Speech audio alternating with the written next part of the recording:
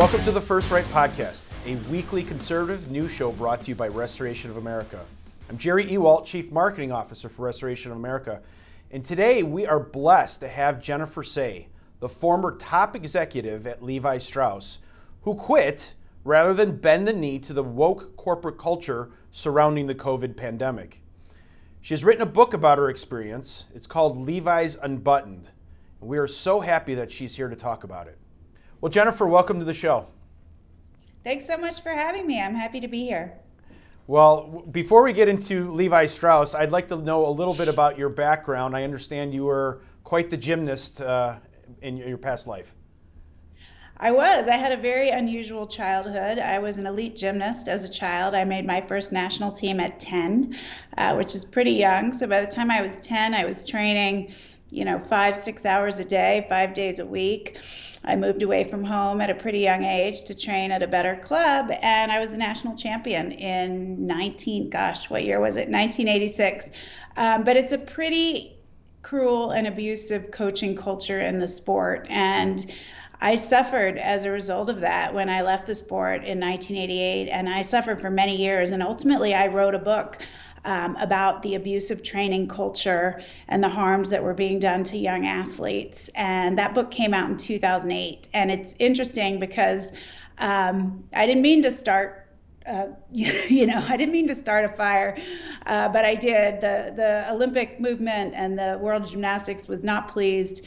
I was really the first athlete that spoke up and, described the culture, and no one wanted to hear it. I was vilified and smeared as a liar for close to 10 years until the story of Larry Nassar broke, who was the doctor for Team USA Gymnastics for 30 years and sexually assaulted over 500 athletes. And then suddenly I was redeemed overnight.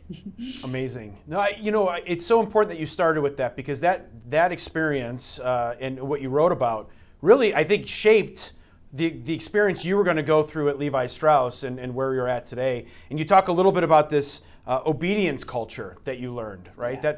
That was something that was really ingrained in you growing up.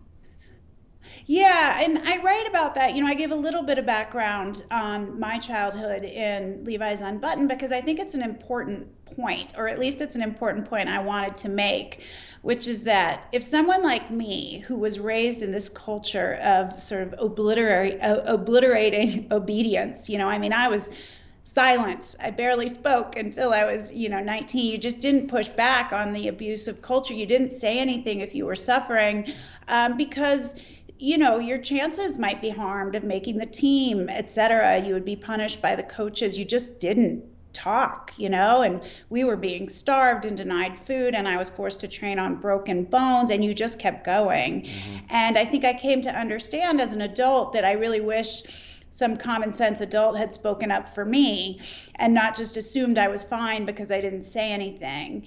And so that really kind of informed and encouraged my advocacy for children during the school closures. The other thing that I guess informed my persistence during the school closures is that ultimately in the world of sport I was redeemed.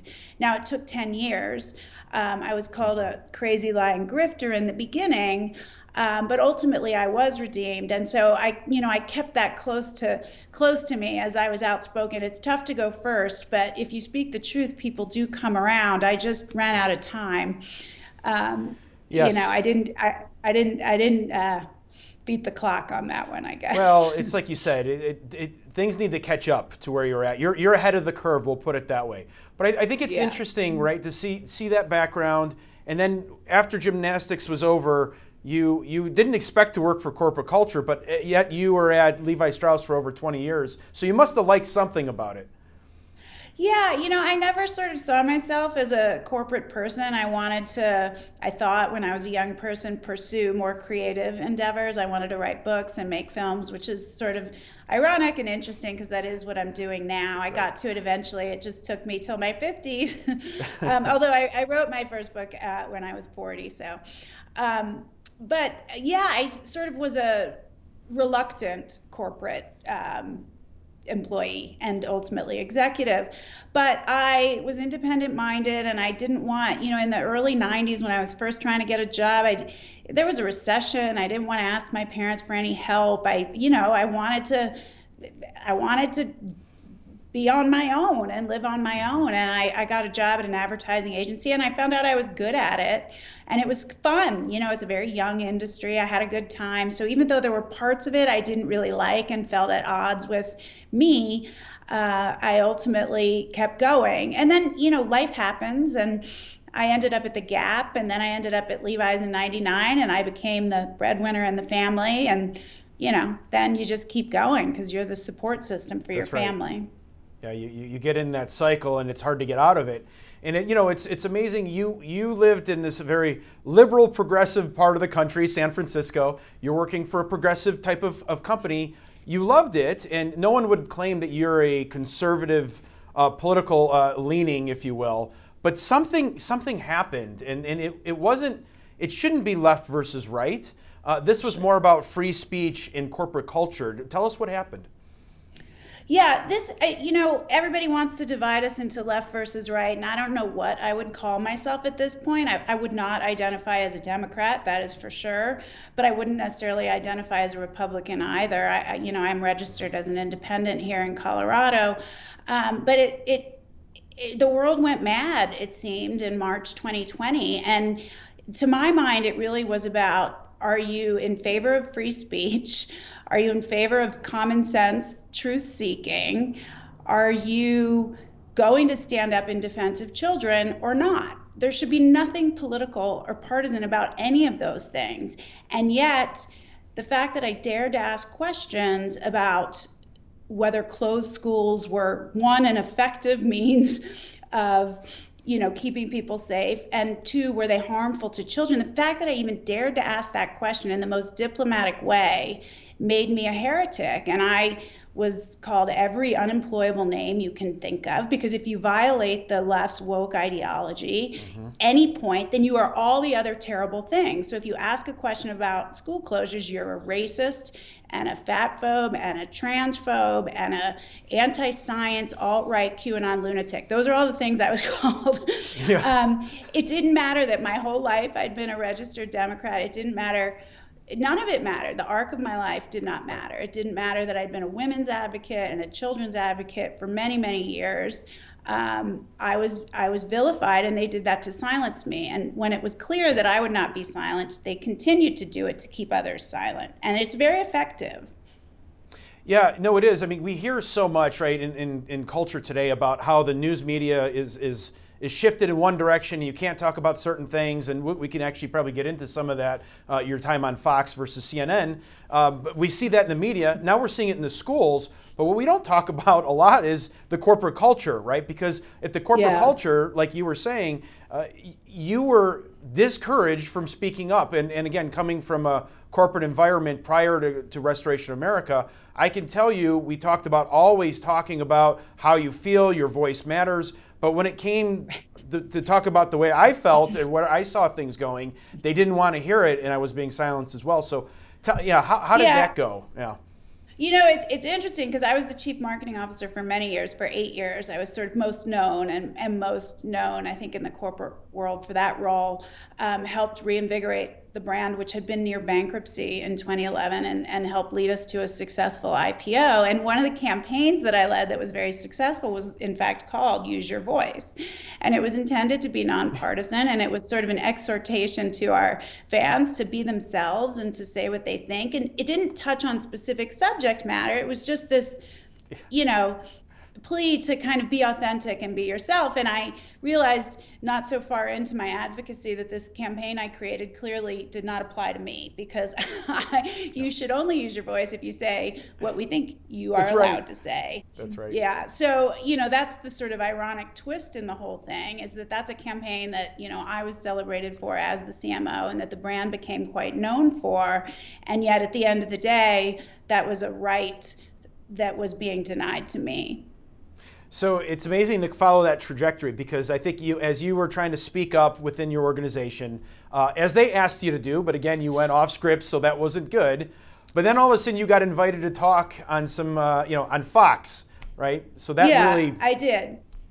I think the other point I would make is I wasn't doing this within the organization. I was doing this as a mom in my off hours. Yeah. And so, I wasn't trying to get any employees to join my side. I wasn't trying to make this it wasn't something I was spending my work time doing or using my title to drive impact. I, in fact, purposefully never talked about the fact that I worked at Levi's and was an executive at Levi's. I wanted it to be clear that I was speaking as a citizen and a mom and a public school mom. And I was the only executive with kids in San Francisco public schools. All of my peers who were telling me to stop had their kids in-person private. So, the hypocrisy was sort of too great to ignore. But after about a year of being outspoken on social media, as well as writing some op-eds and leading a few rallies, I was invited to be on The Ingram Angle on Fox News. It's a show I had never watched. I was vaguely familiar with her. I mean, I didn't really, I knew the kind of reputation on the left, but, it was a national platform, and I was at this point well connected to a grassroots group of moms who had been advocating for open schools. This is March 21, by the way. Our schools still weren't opened in California, and there was no sign that they were going to. Like, we were desperate, And I talked to the moms, and some of them were sort of disaffected liberals like me, and we said, well, people are going to be mad that you go on this show, but you should do it, because we had been trying, to your point, to get on CNN. All they wanted to do was fan the flames of fear. They didn't want to hear from parents with any sort of common sense perspective about what was happening to children. We had tried. We'd approached the New York Times. The only stories these mainstream outlets would run were those that said, schools must stay closed forever or else all the teachers and kids are going to die. And that was a lie. And so I took the opportunity. I knew, that I was well media trained. I would stick to my talking points, and I did. And I stand by everything I said. I would say it again, and I would say it to her, but that really unleashed a fury inside the organization. And it became this, I literally had to answer questions like, are you one of us or one of them?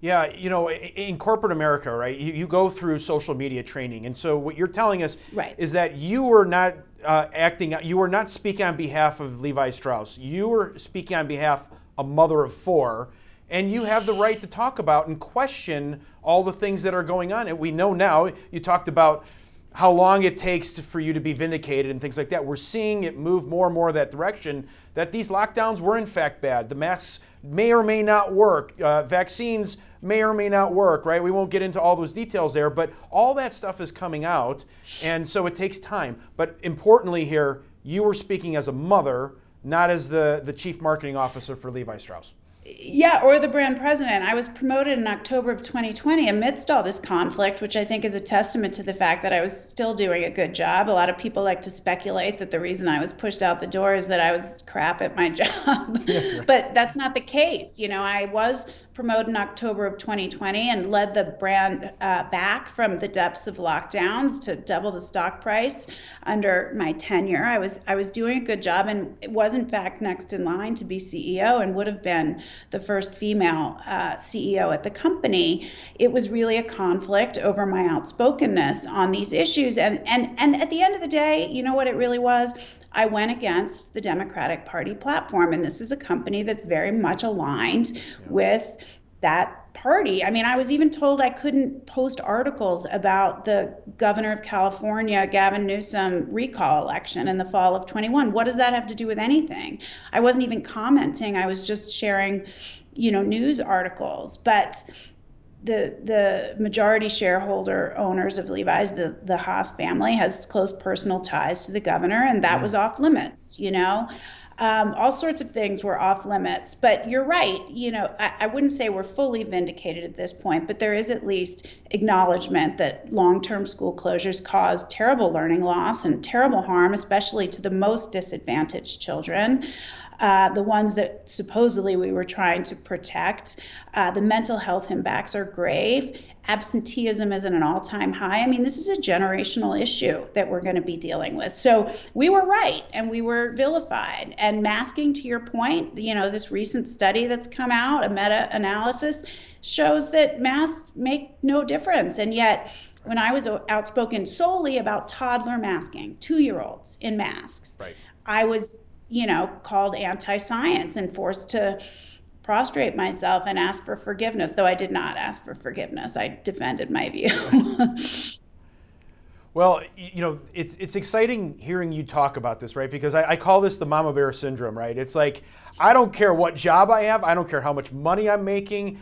This is about the kids. And once that switch flips, there's no stopping you. And I appreciate that. Yeah, people ask me all the time. One of the most common questions I get now is why? Why is this the hill you were willing to die on? Why did you do it? And I can only say, why weren't you willing to die on this hill? Right. These are our children that we're talking about. I don't understand it. If you're not willing to fight for truth and for kids, then what are you willing to fight for? Honestly, nothing. And there is just there's such cowardice, I think, amongst leaders today. And if I couldn't do it as an influential leader and well-liked leader, because people will say, well, you were a leader in the company, there's different rules for you. Well, technically that's not the case. I had no contract saying I couldn't. Maybe they'll rethink that, and now people will.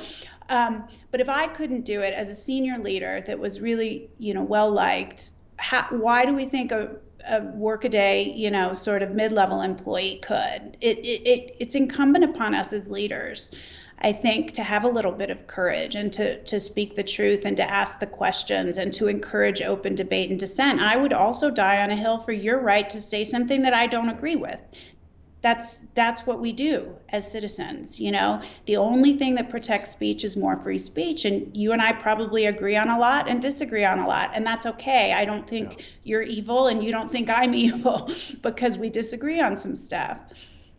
No, it's so important to have these dialogues. Isn't that the problem today? No one is willing to sit down and talk. Each side has to say it's this way or no way, and we're willing to fight about it, as opposed to having that dialogue, which we used to have. That used to be common. Yeah, it's really changed, hasn't it? And people ask me all the time, like, what has changed? But, it used to be you could be of a political party, and not agree with the entire platform, right? You could question certain pillars of the platform. You could be a pro-life Democrat in the past. Right. You could be a pro-choice Republican in the past. It's not possible anymore. It's so partisan, and it isn't just simple disagreement. It's you are evil and must be banished. And I think the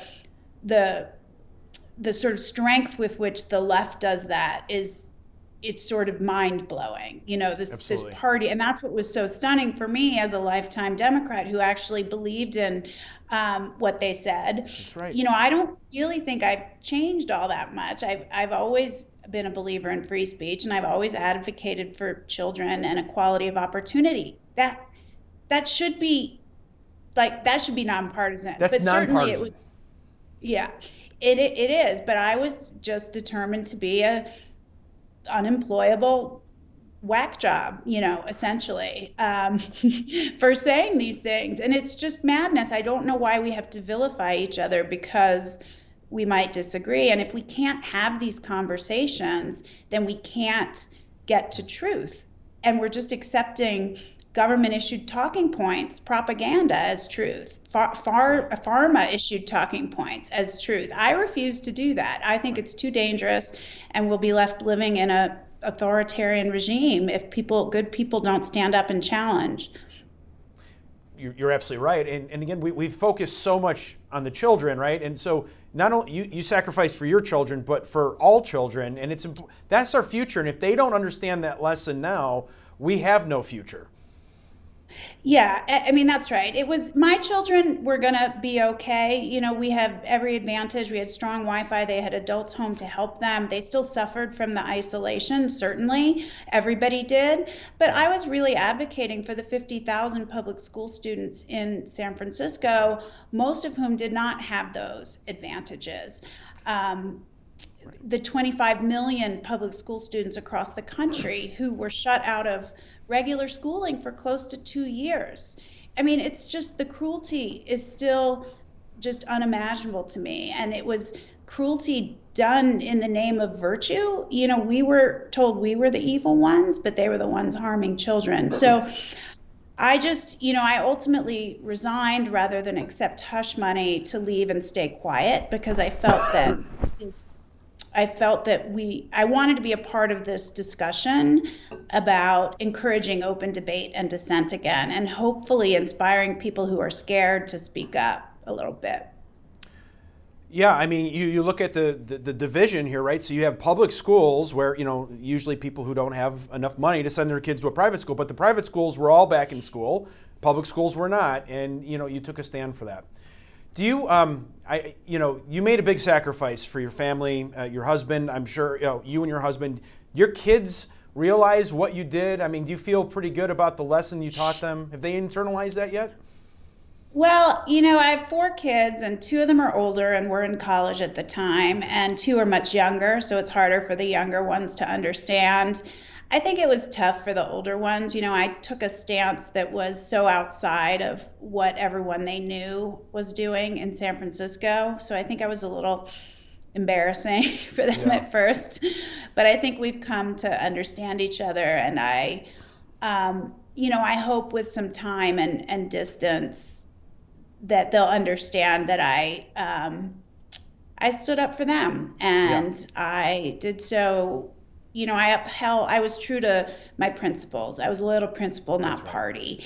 And so we continue to talk about it. But, as a teenager, it's tough. You want to sort of fit in, not stand out. And I made that a little tough for a while. Well, it's a journey for them as well. And they'll get there. It's like you said, it just takes some time to internalize that. But that's what a great example you set for your kids. So Jennifer, what's next for you? What are your big initiatives that you're working on now?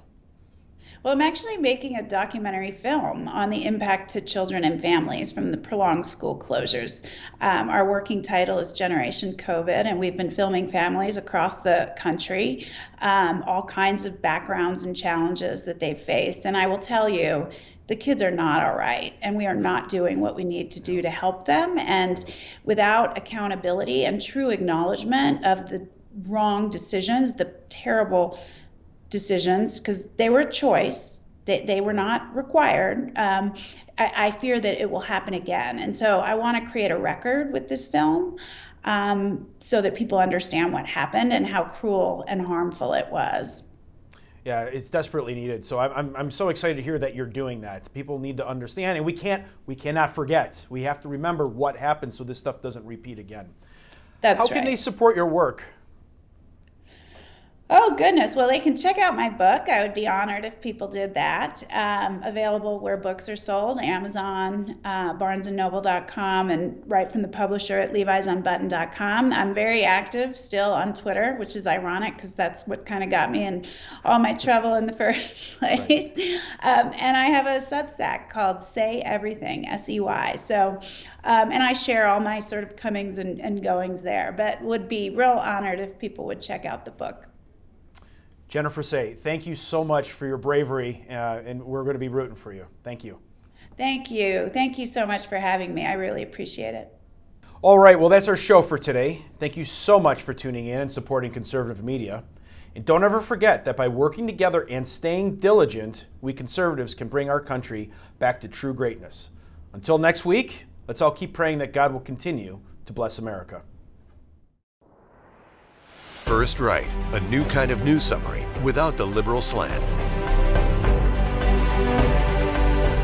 Every morning, in your inbox, always free. Subscribe by texting First Right to 30161. That's First Right, all caps, one word, to 30161.